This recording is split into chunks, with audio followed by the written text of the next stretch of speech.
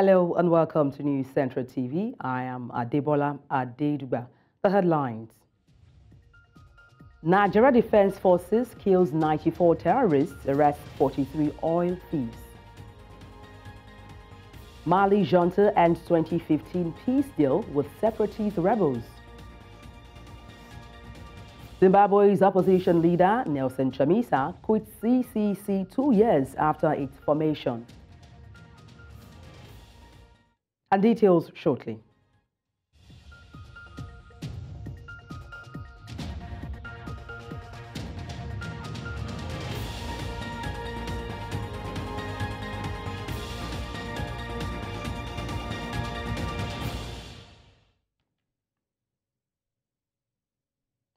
To begin the news in West Africa, where Nigeria's defense headquarters in Abuja says that no fewer than 94 terrorists were killed by troops in various operations conducted across the northern part of the country between January 17 and 25. It said the operation led to the arrest of 171 terrorists in the north, as well as 43 suspected oil thieves, and the recovery of 485 million naira worth of crude oil in the south-south. The Director of Defense Media Operation, Major General Edward Buba, disclosed this in Abuja on Thursday while briefing journalists on the activities of troops within the period under review. In the South-South operation, Buba said troops in the Niger Delta area discovered and destroyed 16 dugout pits, 51 boats, 49 storage tanks, and 3 vehicles. The Nigerian Police Force on Thursday said it recovered no fewer than 10 cops in various locations in Mangu local government area of Plateau State on Thursday. Now, this was as the chairman of the Christian Association of Nigeria and the Mangu local government area of Plateau State, Reverend Timothy Daluk, said he would not withdraw the allegations against the troops on the crisis, nor would he honor any invitation by the military. The chairman of the CAN, Reverend Daluk, was invited by the defense headquarters over his recent comment against the military on the killing in Mangu. Recall, armed men had on Wednesday morning launched a fresh attack in the state, killing no fewer than 30 victims in Kwahalesh village in the Mangu local government area of the state. Now, more than 10 people were also killed in Mangu town and environs, with several houses burnt by the attackers the same day. The Reverend Daluk had accused the Nigerian military of supervising the killings of Christians and destructions of properties in Mangu local government area. And still on security matters, 8 suspects have been arrested by the men and officers of the Nigerian Police Force in Plateau in connection with the Christmas Eve attacks in some areas of the state. Now, this was confirmed by the public relations officer for the police during a press briefing to parade the suspect. News Center's Chizoba Nyongwe was there and now reports. Apart from these 8 suspects, there were 9 others arrested by the security agents in connection with the recent attacks in Mangu local government area of Plateau State. It is still not clear what the cause of this most recent incident is, but many lives have been lost, just as houses, worship centers, hospitals, and other properties were burned. Misunderstandings come very often, so there's no specific issue that you say this is the one that's always causing it. What happened now, something caused it. What has been happening before, different things caused it. So each one that comes, we are prepared to handle it as it comes. In furtherance of putting an end to the recurrent issues in these affected areas, more manpower has been deployed.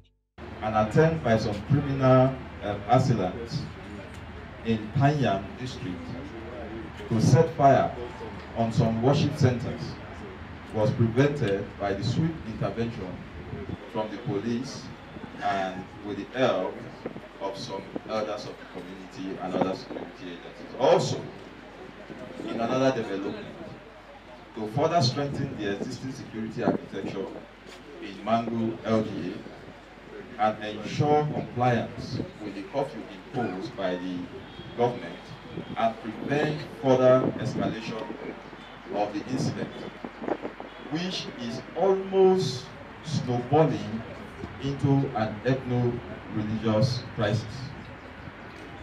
I have ordered the deployment of additional special intervention personnel to Mangu LGA to be commanded by the area commander-in-chief and restore normalcy in that area.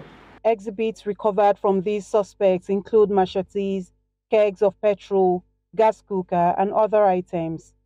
While security agencies continue to work towards a peaceful plateau, members of the public are advised to always cooperate with them by providing credible information. In Jos for News Central, I am Chizoba Anyowe. The Nigerian Police Force says that it has rescued 2 kidnapped victims who were abducted in separate incidences within the Federal Capital Territory. Now, this was made known by the FCT Police Commissioner while parading some suspected kidnappers, saying several firearms and ammunition were recovered from the suspect.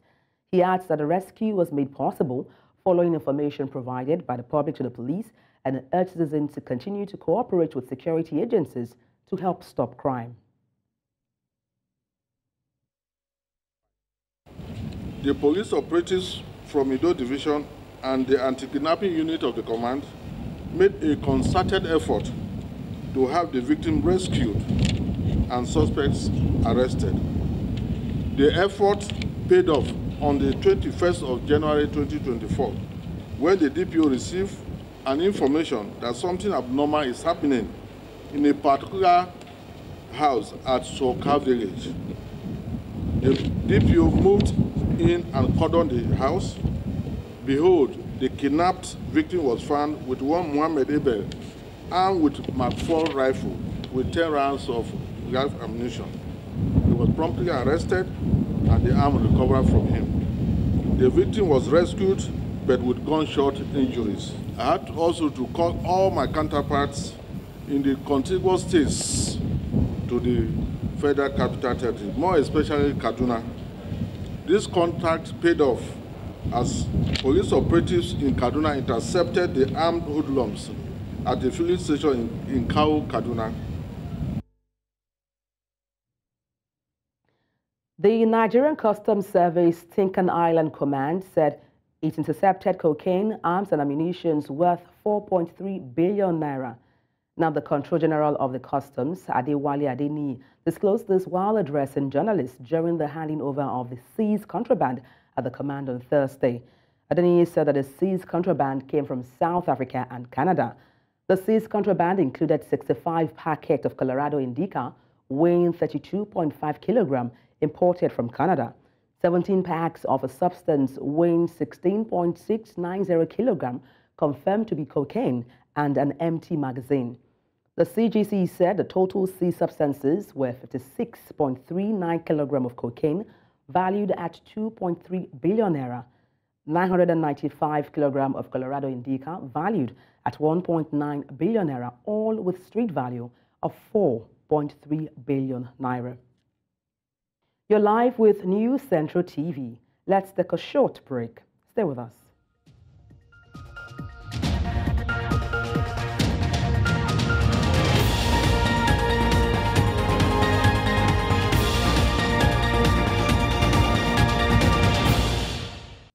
Thank you for staying tuned. Now, stakeholders of the 19th state of northern Nigeria are set to discuss the present challenges facing the region and recommend ways of enhancing the fortunes of the region. Now, this will be happening at the Sir Ahmadu Bello Memorial Lecture, which Nigeria's Vice President, Senator Kashim Shettima, and other dignitaries of the region will be attending. News Center's Umaru Kirawa completes this report. Northern region, just like other parts of Nigeria, has been grappling with various challenges over the years, including insurgency, poverty, unemployment, and communal conflicts. Gathered here are journalists from different media organizations and the Joint Organizing Committee for the 10th Annual Sir Ahmadu Bello Memorial Lecture. The event hopes to provide a space for stakeholders to share ideas, expertise, and experiences in order to find practical solutions that can be implemented to better the region. The Sir Ahmadu Bello Memorial Lecture is an annual event that seeks to promote intellectual discourse and the reflection on critical issues affecting the northern region and Nigeria as a whole. It serves as a veritable platform to honor the legacy of leadership and good governance of Sir Ahmadu Bello. The Ahmadu Bello Memorial Foundation was set up in 2009, and it is the brainchild of the Northern Governors Forum. Some of the activities of the foundation include under education scholarship that we award to indigent students across the northern states, and trainings in vocational skills acquisition and entrepreneurship. Attendees include social activists, policy makers, religious leaders, business tycoons, and representatives from civil society organizations. The diverse group of stakeholders is said to reflect the commitment to inclusivity and the acknowledgement that addressing the region's challenges requires a collective effort. This year, we have chosen Borno State as the host for the annual lecture, and this decision is particularly significant due to the theme of the lecture, that is, creating pathways for peace, tackling banditry and insurgency through good governance for sustainable development. Professor Tijani Mohamed Bande, GCON, Nigeria's permanent representative to the United Nations, and the one-time president of the United Nations General Assembly, will be the guest speaker. Comprehensive approach to tackling regional integration, economic diversification, good governance, and security are among key issues that are expected to focus in the 10th Sir Ahmadu Bello Memorial Lecture.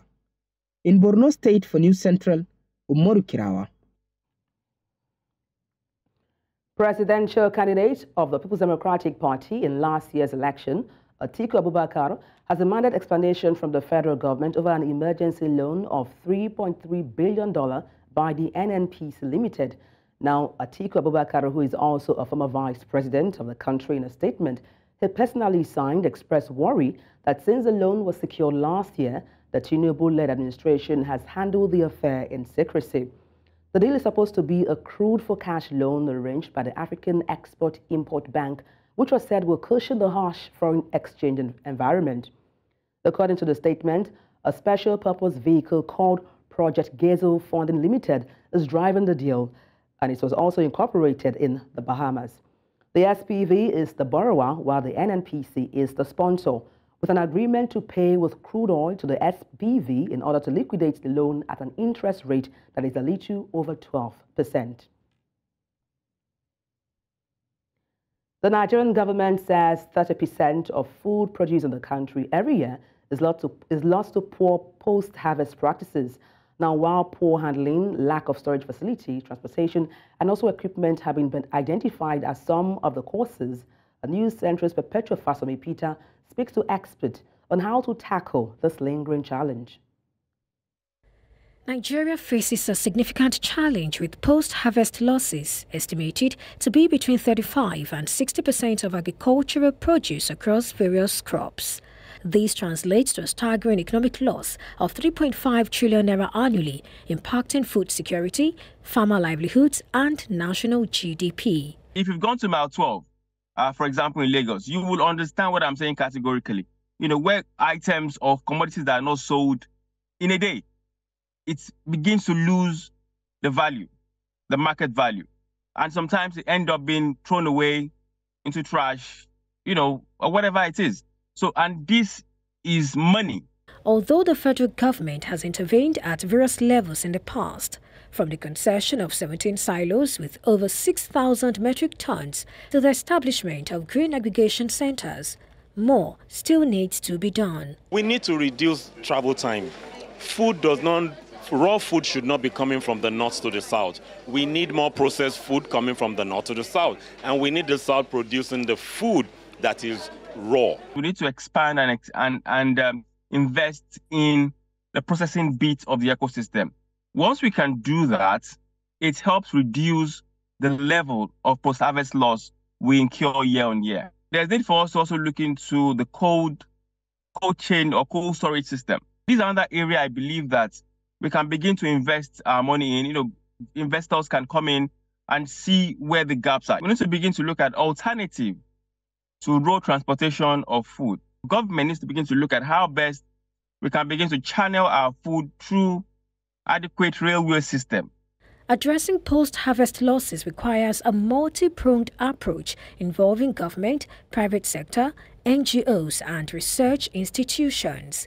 By investing in better infrastructure and post-harvest practices, along with enabling technologies, Nigeria can significantly reduce waste, improve food security and boost agricultural productivity. In Lagos for News Central, I am Perpetua Fasami Peter. Let's head to Liberia, where the new president, Joseph Boakai, has been declared perfectly fine by his doctors. Now, on Monday, the 79-year-old failed to finish his inauguration speech and had been helped away from the podium during his swearing-in ceremony. Boakai had been speaking for over 30 minutes when it became clear that he was having difficulty continuing. His office said he had suffered heat exhaustion but has now resumed his normal activities. Concerns about Boakai's health was a major issue during last year's election campaign. He narrowly defeated his predecessor, 59-year-old former football star George Weah, in a runoff election in November. Earlier, we're joined by Samuel Paton, the National Program Manager, Federation of Liberian Youth. I can testify because I was there in person, witnessing the inauguration. It was overwhelmed, it was packed, and it even overwhelmed the protocol. One could say that the heat was something that we all felt, and it wasn't too strange to us when it was reported that the president, upon taking office, suffered heat exhaustion while giving his speech. For us, we think from our own internal investigation and what we've observed, it is not a major concern. We look forward to watching him again this coming Monday when he addresses the nation for the very, very first time on the official, happenings of, on the state of the nation. So he'll be addressing the joint parliament on Monday. And so the entire country is, on their heels waiting to see what will happen, because normally this is an occasion that requires you to sit and address the legislature for about 2 to 3 hours. So we're hoping that his team and the government will put in place more measures to make sure that such doesn't reoccur. But we think for a 79-year-old man, it is something that we expected, but I don't think it is any call for concern for now. I think this is where the issue of politics and strategy were played. The United Party, upon witnessing the first round, the election result, gained some very good endorsements. They got an endorsement of almost the entire Muslim community, because the All Liberian Coalition Party that comprised predominantly of Liberian Muslims endorsed his presidency, as well as the president who came, I think, third in the presidential election to endorse him, as well as other political parties that joined to endorse him as well. So one of the endorsements that he got, coupled with the fact that he was experienced and the fact that Liberians needed change, was some of the things I feel contributed to his, elections result. And coming up, Comoros President Asuamani calls for unity after deadly protests. We'll bring you details of these and more when we get back. Stay with us.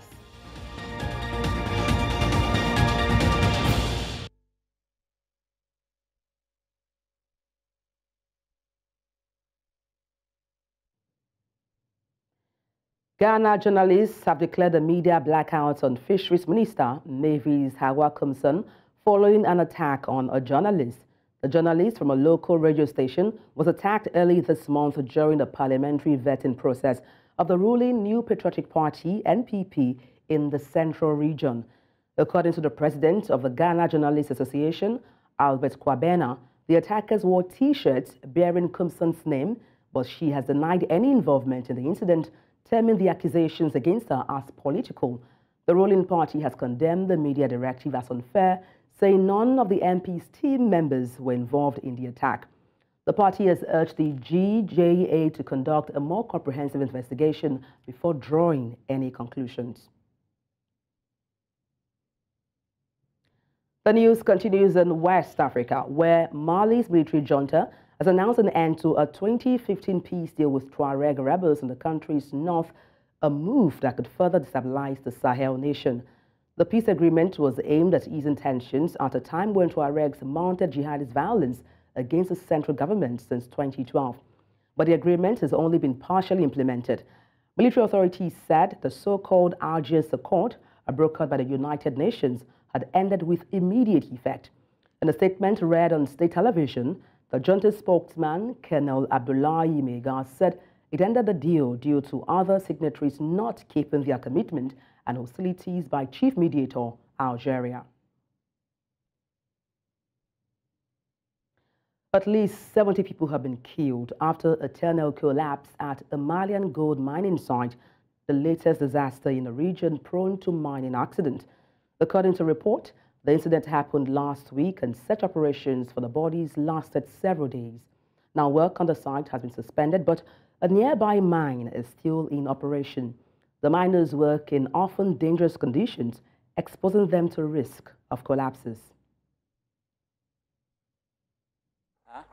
Juma jigina bo vero 16h wakati antora sogona na bo nana kana fa ne ko dama fe babina parce que yani barada folo ere an fi ani sanu ba bora romina bo yan soro sogona ko ye dama bina an bolla ka se anno bo an sera no bo shu do sera chama sera ka soro la bo an yɛrɛ fana kila ka wuli tuguni ka taa se AGG ka so kɔnɔ komi yan ye sanubɔyɔrɔ de sanubɔyɔrɔ min do bo État kɛlen do ka feere projet dɔ ma o projet de tɔgɔ ko AGG a feerelen do depuis ni ma fili depuis Musa ni Musa tile tɛ Alpha tile bila projet tɛ quoi a bɛ san 30 dɔɔni bɔ mais depuis projet in feerela fo bi baara tɛ ka kɛ dugukolo in kan u kɔni bɛ ka mɔgɔw empêcher baara la bon tuma bɛɛ danger bɛ bɔ a yɔrɔ la u ka fɛɛrɛ kɛ ni projet tɛna ɲɛ ko yɔrɔ in kɔ k'a ta don ka ban u ka garage don a la hadamadenw n'u bɛ se ka sauver cogoya min na mɔgɔ kana se ka baara k'a la n'o ma kɛ u ka a baara lajɔ k'a fɔ AGG ɲɛnɛ u bɛ olu minnu bɛ ka yamaruya di mɔgɔ ma u kana walidenw kana baara kɛ yɔrɔ tiɲɛnima yɔrɔ la u ka a lajɔ o kɔni o y'an ka laɲini fɔlɔfɔlɔ ye quoi.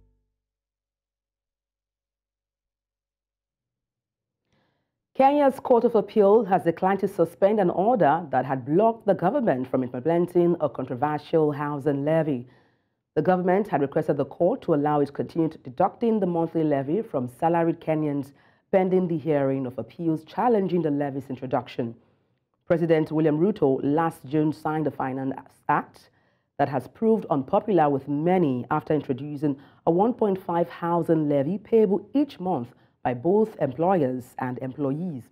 But in November, the High Court ruled that the levy was unconstitutional as it had been introduced without a proper legal framework and was only imposed on salaried Kenyans. A Kenyan court on Friday ruled against the government's plan to deploy police to Haiti to lead a UN-backed multinational mission. The planned deployment aims at restoring peace and security in the gang-plagued Caribbean nation. Judge Enoch Chacha Mwita said any decision by any state organ or state officer to deploy police officers to Haiti contravenes the Constitution and the law and is therefore unconstitutional, illegal, and invalid. We now move to East Africa, where United Nations Office for the Coordination of Humanitarian Affairs says South Sudan has received over 500,000 people who are fleeing the conflict in neighboring Sudan. In its latest situational report on the Sudan crisis, OCHA says a total of 516,658 people have been recorded to have crossed the border to South Sudan since fighting broke out in Sudan on 15th April 2023. Now, according to the agency, about 81% of the arrivals were South Sudan nationals and 18% were Sudanese refugees.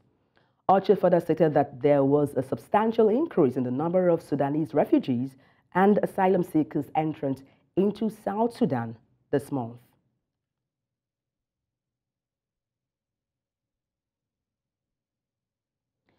And South Sudan is expected to hold elections in December 2024, according to the 2018 signed Comprehensive Peace Agreement. King Kwangolo of Cholo Kingdom of South Sudan said President Kir should be supported overwhelmingly by voters in Upper Nile because that is where he started his military career. He made the remark in Fashoda on Thursday when he received a delegation from the SPLM General Secretariat led by Makuvak Arulwal, Secretary of State Affairs. The Cholo King cautioned South Sudanese against ethnic fight. The country is currently governed under a transitional government formed as a result of the peace agreement. Re-elected President of the Comoros, Azali Assoumani, whose victory in a disputed vote last week was followed by deadly protests, has called for all to work together to build unity. The Comoros Supreme Court on Wednesday confirmed the re-election of Assoumani. Rafiq Mohammed, President of the court's Constitutional and Electoral Session, said Assoumani had won with 57.2% of the vote, revising the victor's previous score downward slightly, while greatly boosting a strangely low turnout figure.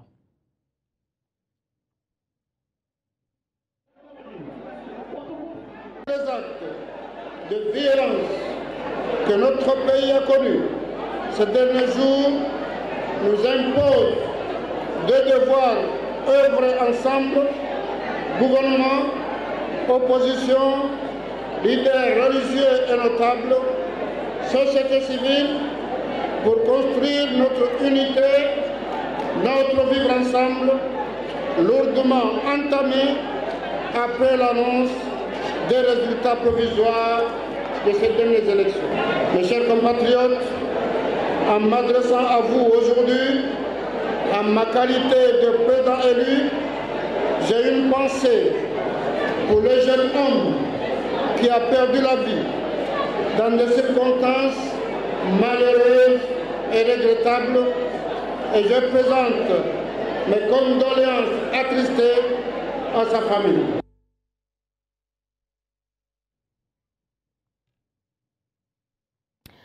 And from the east, we move to Southern Africa, where Citizens Coalition for Change President Nelson Chamisa has announced that he has quit the CCC barely 2 years after its formation. In a 13-page statement, the politician cited the conduct of the 2023 elections, the delimitation report, electoral violence, and the post-election recalls of elected CCC candidate, among others, as reasons for his leaving CCC. Earlier this month, CCC National Deputy Spokesperson Gift Ostalos sent social media into a frenzy when he hinted that the Nelson Chamisa-led party is dumping the party for a new one.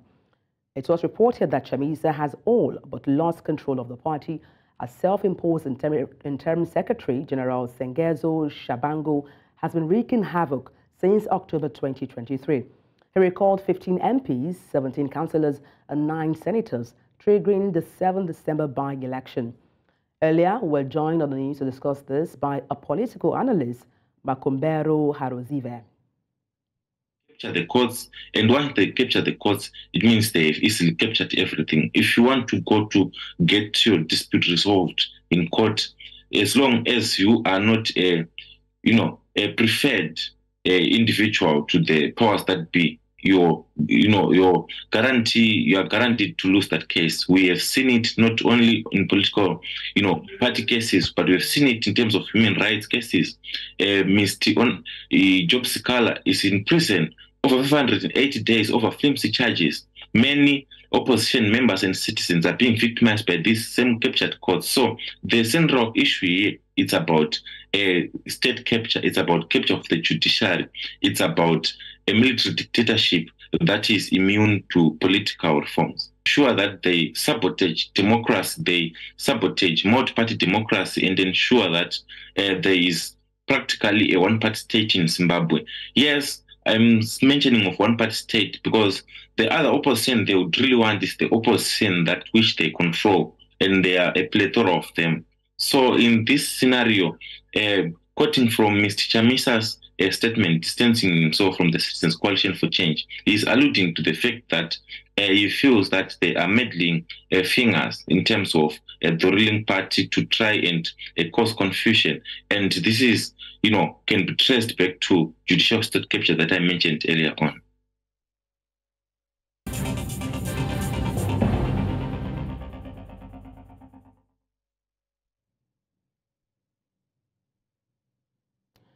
Reports just coming in says that an Ikeja Sexual Offences and Domestic Violence Court has sentenced Yi Daniels, who is the founder of Irene Christian Ministry, to life imprisonment for raping a church member.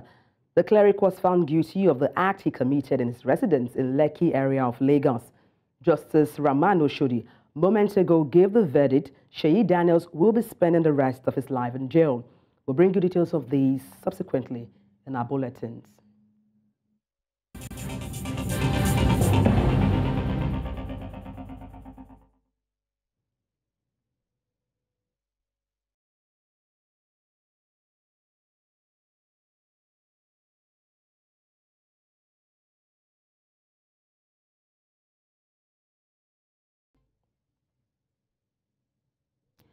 United Nations judges on Friday will rule on South Africa's request for emergency measures against Israel, which is accused as the World Court for State-led genocide for its military operation in Gaza against Hamas. Friday's ruling at the International Court of Justice, ICJ, will not deal with the core accusation of the case whether genocide occurred, but will focus on the urgent intervention sought by South Africa. Among the measures South Africa requested is an immediate halt to Israel's military campaign. South Africa argued 2 weeks ago that Israel's aerial and ground offensive is aimed to bring about destruction of the population of Gaza. Israel rejects the accusation, saying it respects international law and has a right to defend itself.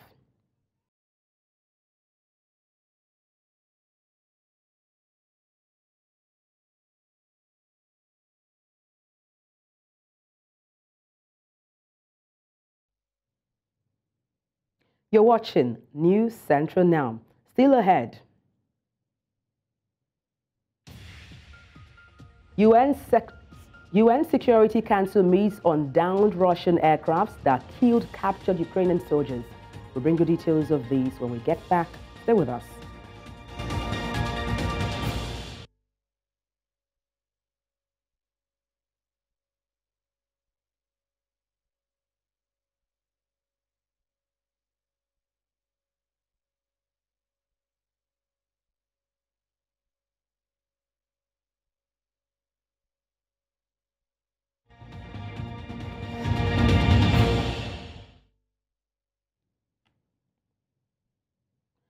Questions remain unanswered over the military plane crash that Russia said had killed dozens of captured Ukrainian soldiers ahead of a planned prisoner exchange, with Moscow and Kyiv trading accusations at the UN Security Council. Now, Russia has blamed Ukrainian forces for downing the Il-76 transport plane over the southern Belgorod region on Wednesday. 65 captured Ukrainian soldiers were on board, as well as their escort and the crew. Russia's investigative committee, which probes major crimes, said it had opened a terrorism probe into the crash, saying the plane was downed by a missile from the territory of Ukraine. The United Nations is not in a position to verify these reports or the circumstances of the crash. To avoid further escalation, we urge all concerned to refrain from actions, rhetoric, or allegations that could further fuel the already dangerous conflict. Все имеющиеся у нас сегодня данные указывают на то, что мы имеем дело с преднамеренным. Tens of thousands of Australians took to the streets on Friday, protesting a contentious national holiday that also marks the arrival of European colonists more than 200 years ago. In Sydney, Melbourne, and several other cities, thousands of Invasion Day protesters demanded the day of the annual Australia Day celebrations be changed. The public holiday is held on January 26 every year. For most Australians, it is synonymous with a day off work at the end of the summer holidays. Indigenous activities, the European arrival heralded the start of a centuries-long campaign of cultural genocide. Just under 4% of Australia's 26 million people are Indigenous.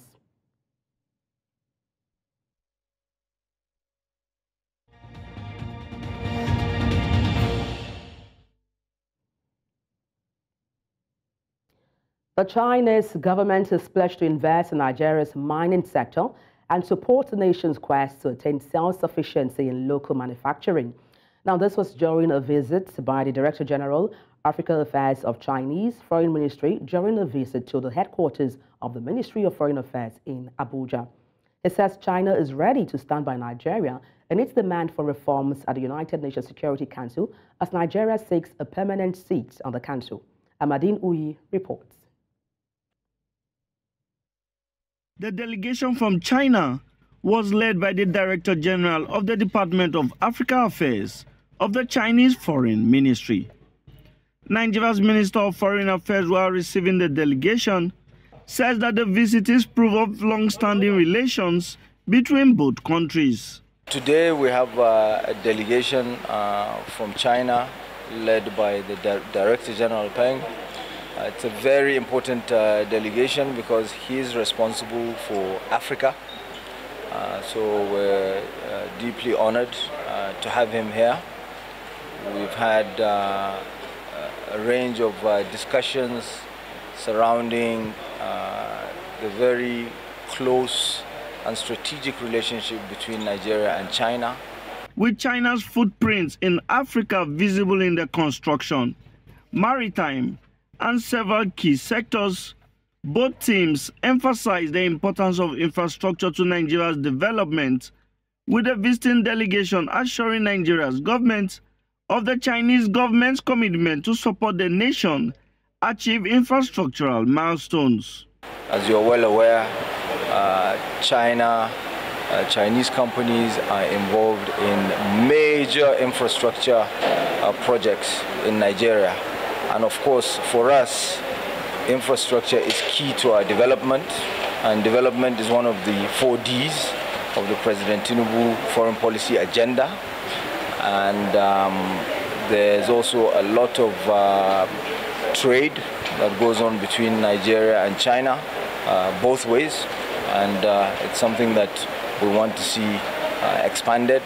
Infrastructure is one of the priority field China and Nigeria cooperation.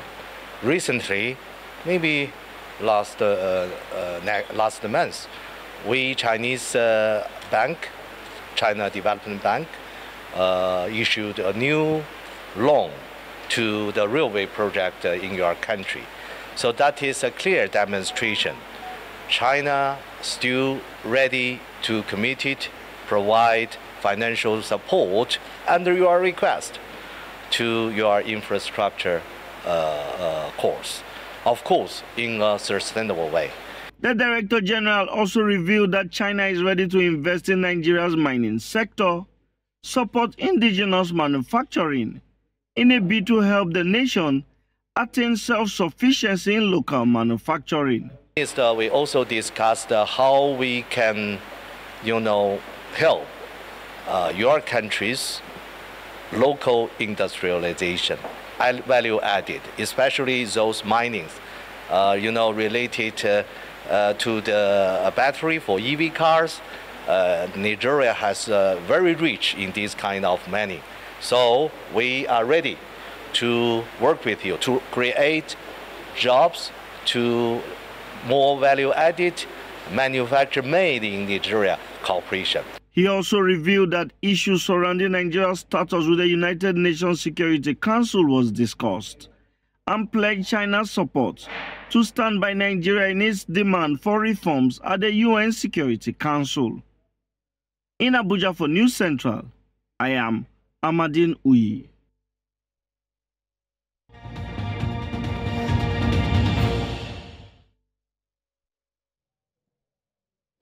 And now to sports stories.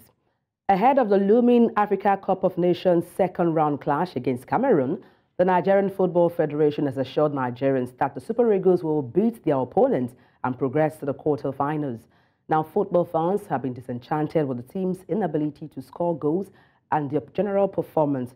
But speaking in an exclusive interview in Abidjan with our correspondent Favor Itwa, Nigeria Football Federation General Secretary Mohammed Sanusi is confident that the Super Eagles will dispel any doubt fans might have and defeat the indomitable Lions in a crucial encounter. On the part of, when you look at the last AFCON, Egypt struggled to qualify, but at the end of it, Egypt played in the final. That is not an excuse. There was a lot of expectations on the part of Nigerians on the Super Eagles. Nigerians thought that the Super Eagles was going to roast the Guineans, but that was not to be. I think we should forget about that much and concentrate on the one ahead of us. The fact is that there is no team that is an underdog, and any team you underrate, you are in for a shocker. So let us concentrate on the task ahead of us and pray that we do better in our subsequent matches. I believe the coaches have seen areas of where they need to correct and they are working on correct. When you look at the performance of the two teams in the matches they have played previously, after that one, Nigeria has always had an edge over them. Football, anything can change, but I can tell you that we are equal to the task. I see that game as a physicality match. The Cameroonians are coming out with full force, and along the line they will be making mistakes, and if care is not taken, you will see red and yellow card. Because when they come out in full force, they fight and they get frustrated. The next thing is to be committing fouls and there could be card. So I see it as a very tough game, and Nigerians are equal to the task.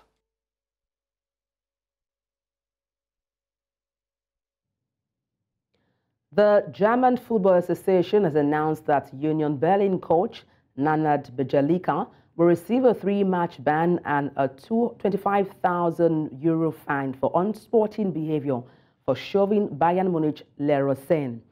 During Wednesday's 1-0 Bundesliga loss to Bayern, Bejalika was sent off for pushing Sane. The incident occurred when Sane went to retrieve the ball from Bejalika for a throw-in.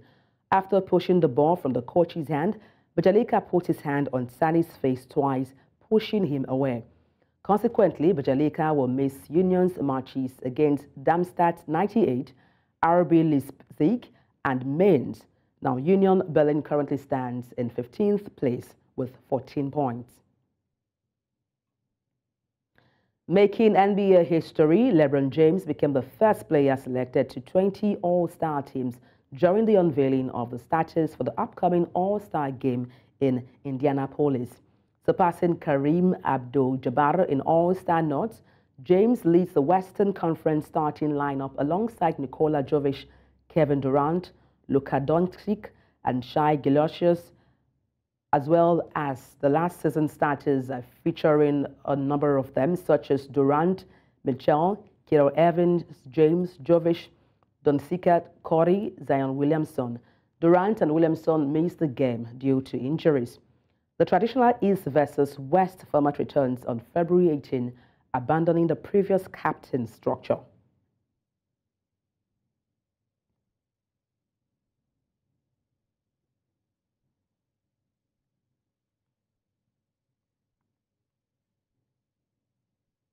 And for entertainment stories, let's connect with the entertainment desk.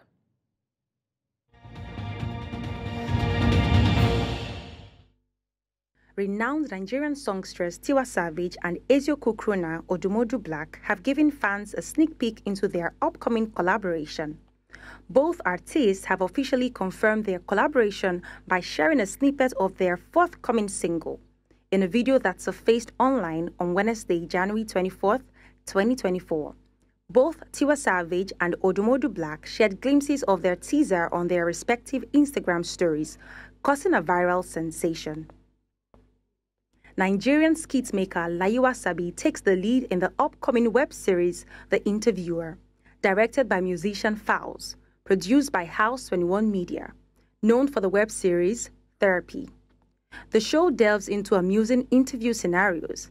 The trailer, unveiled on January 23rd, introduces Wasabi as the interviewer navigating diverse personalities in comedic situations. Fowls, also acting, portrays a herbalist assisting a hopeful applicant. The series premieres on January 25th, 2024, with subsequent episodes released every Thursday on House 21 TV's YouTube channel, featuring a star-studded cast. Taylor Swift's stalker David Crowe was arrested again just hours after his court appearance for his previous arrest, related to stalking and harassment.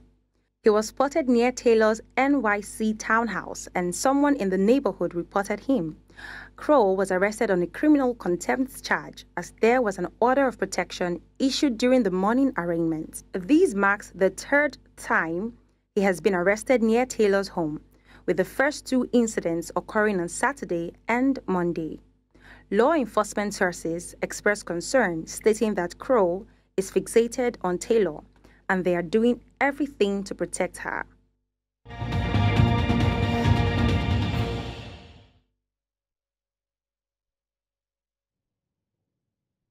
And that's all on the news at this hour. But before we go, let's take a look again at some of the major stories. Nigeria Defense Forces kills 94 terrorists, arrests 43 oil thieves. Mali junta ends 2015 peace deal with separatist rebels. Zimbabwe's opposition leader, Nelson Chamisa, quits CCC 2 years after its formation. Do follow us on social media. We are at News Central TV. You can watch us live on DSTV, channel 422, Star Times, channel 274, Avo TV, and YouTube. For watching, I am Adebola Adeduba.